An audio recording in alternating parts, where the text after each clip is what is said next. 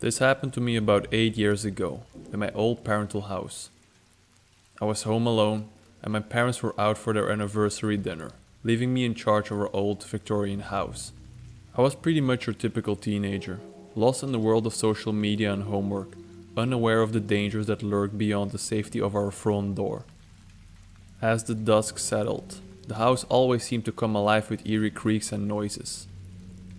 I tried to drown out the unsettling noises by turning up the volume on my favorite playlist, but an inexplicable feeling of unease settled in the pit of my stomach. I shook it off, attributing it to my overreactive imagination. But just something deep within me told me otherwise. My parents had always emphasized the importance of safety, locking all the doors and windows before they left, so I didn't bother checking on it when they went out the front door. Despite my efforts to reassure myself, a nagging thought persisted. What if someone had been watching, waiting for this moment when I was home alone? I decided to busy myself with homework, attempting to bury my fears beneath the weight of textbooks and assignments. However, every little noise outside made my heart race. I tried calling my parents, seeking solace in their voices, but there was no answer. I remember a gust of wind rattled the windows, and I jumped, my nerves stretched to their limits. Then I heard it. A dull, almost imperceptible sound, like an old door being fumbled around with. I instantly muted my music, straining my ears to listen. Silence settled in the room, broken only by the faint ticking of the antique clock on the wall. Just as I convinced myself it was only my imagination, I heard it again, this time more distinct. My heart lodged itself in my throat as I tiptoed to the window, peering into the darkness outside. There, at the back door of my house, a silhouette, a shadowy figure with malicious intent. Panic seized me, rendering me motionless. I knew I had to act to protect myself. Adrenaline coursed through my veins as I sprinted to my parents' room, searching for anything that could serve as a weapon. My hands closed around a heavy brass lamp, its base cold and reassuring in my grip. Armed with newfound determination, I mustered the courage to confront the intruder. I crept downstairs, my every movement calculated and silent. At this point, the intruder had made it inside. Their presence now felt in the very air I breathed. My mind raced, thinking of escape routes, of the ways to defend myself if it came to that. I inched closer to the living room, my senses heightened, my breath caught in my throat. There, standing in the dim light, was a man, his face obscured by the shadows. Fear and anger mingled within me as I demanded to know his purpose. He didn't respond. He froze up, probably thinking he would not encounter anybody that night. I tightened my grip on the lamp, my knuckles turning white. I warned him to leave, my voice surprisingly steady despite my fear and rush of adrenaline. But he didn't. Instead, he took a step towards me. His intentions were clear. In that very moment, my instinct took over. I swung the lamp with all my strength, the metallic thud echoing through the room as it connected with his shoulder. He let out a cry of pain, stumbling backwards. It was my chance, my only chance. I turned and ran, my legs carrying me as fast as they could towards the front door. I could hear his footsteps right behind me, his enraged shouts filling in the air. I burst through the door, the cold night biting into my skin, and I didn't stop running until I reached the safety of my neighbor's house. The police were called, and they searched our home. Another police unit found the intruder a couple of blocks away from my house, a man with history of violence and burglary. It turned out he had been watching our house. The police found a small cross scratched into our front door. This was a way of marking our house being empty. Groups of burglars do this to communicate when to strike.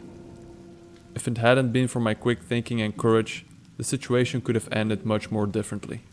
In the days that followed, I couldn't shake off the feeling of dread that had settled within me. The incident had changed something fundamental, something deep inside. I became more aware, more cautious, understanding that danger could lurk in the most unexpected places. Looking back, I realized how fragile a sense of security could be and how important it is to trust my instincts. I had faced my worst nightmare and emerged stronger. The experience taught me the value of bravery, reminding me that even in the face of paralyzing fear, we can find the strength to fight back and survive.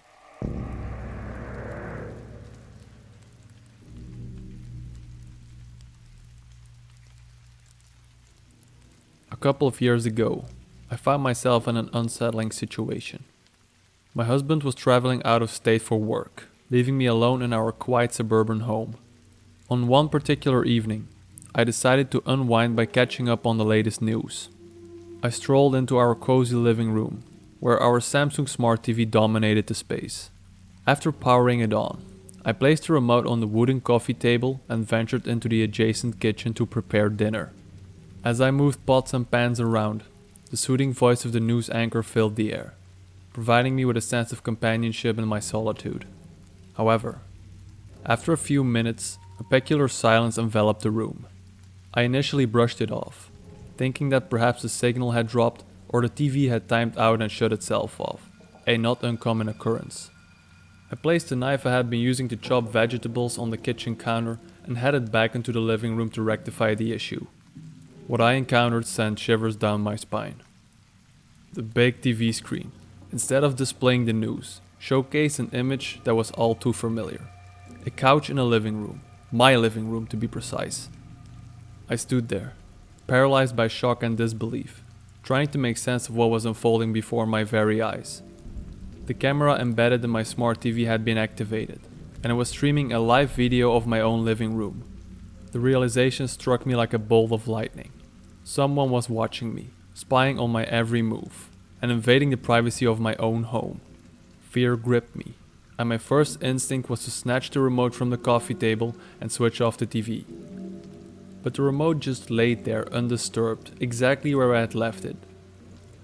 There was no chance that my dog, who was lazily napping in the corner, had accidentally stepped on it and triggered this intrusion. I felt a growing sense of unease, a deepening pit of dread in the core of my being.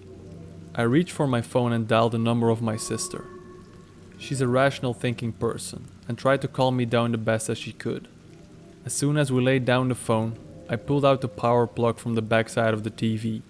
Scared to put it on again, I curled up underneath a blanket next to my loyal companion Loki. A few days later, the news broke, confirming our worst fears. Samsung Smart TVs had fallen victim to a widespread hacking issue, with malicious actors gaining unauthorized access to built-in cameras and microphones. The intrusion was not limited to my home. Countless others had unknowingly become victims of this insidious breach of privacy. To regain semblance of control, I placed a piece of opaque tape on the TV's camera, a small but symbolic act of defiance against the unseen eyes that had intruded into my life. The tape served as a reminder that in this digital age, even the most intimate corners of our existence could be exposed to prying eyes, hidden behind screens and codes.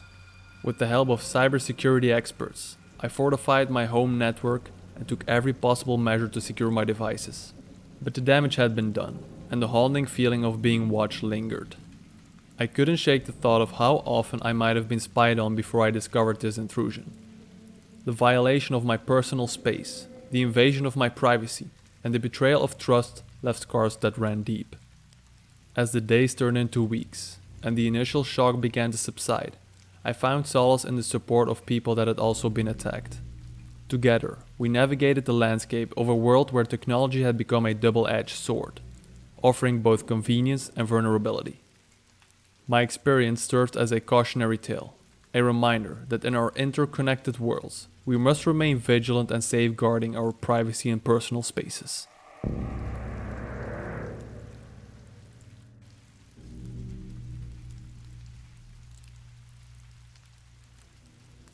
I had just moved into my first apartment, a place that promised independence and new beginnings. The evening sky had already embraced the night, and I was alone, unpacking boxes and arranging furniture to make it feel like home. As the clock struck 8:30 p.m., a weird sound sliced through the silence. The doorknob was twisting, accompanied by a faint, persistent knocking. My initial excitement dissolved into a chilling realization. It was far too early for my friend to be back home from work, and the sound grew more ominous with every twist and knock. Fearing the worst, I peered through the kitchen window, hoping for a familiar sight, but there was no sign of his car or anyone else I knew. Panic clawed at my throat as I comprehended the gravity of the situation. The doorknob continued its eerie dance, followed by the sound of metal scraping against wood, an intruder's attempt to gain entry. Time seemed to stretch into an eternity. As I retreated to the bathroom, clutching a knife, my trembling fingers dialing 911, I held my breath, praying for help to arrive in time. For what felt like ages, the intruder persisted, the tension in the air thickening with each passing second. Finally, after what seemed like an eternity, the attempt ceased. The silence that followed was almost as terrifying as the intrusion itself. The police, my lifeline in that moment, arrived, their presence bringing a semblance of security. Their investigation soon revealed a chilling truth. The would-be intruder was an elderly man afflicted by dementia, a ghost from the apartment's past. He had once called this place home, his mind now muddled by the passage of time and disease. In his delusion, he believed I had stolen his belongings, a distorted reality that had driven him to my door. His intention, although misguided, had been fueled by a desperate need to reclaim what he thought was rightfully his. Relief washed over me, mingled with a profound sadness for the man whose mind had betrayed him. I couldn't help but imagine the life he must have led within these very walls, now obscured by the fog of his deteriorating memory. The incident left an indelible mark on my psyche. The fear that had gripped me that night had settled into my bones, a constant companion. In the aftermath, I found solace in my safety, grateful for the instincts that had kept me from opening the door to a stranger. Yet, the memory haunted me, casting a shadow over my newfound dependence. Every knock on my door became a heart-stopping moment, a reminder of that night when danger had lurked just outside my reach. As time passed, I learned to cope with the trauma, but the memory of that night never truly faded. It served as a stark reminder of the fragility of our sense of security, a reminder to cherish the moments of peace between the echoes of chaos. And in the quietude of my apartment, I vowed to live my life fully, appreciating the safety I had, while silently hoping that the elderly man found the peace he so desperately sought, even in the recess of his troubled mind.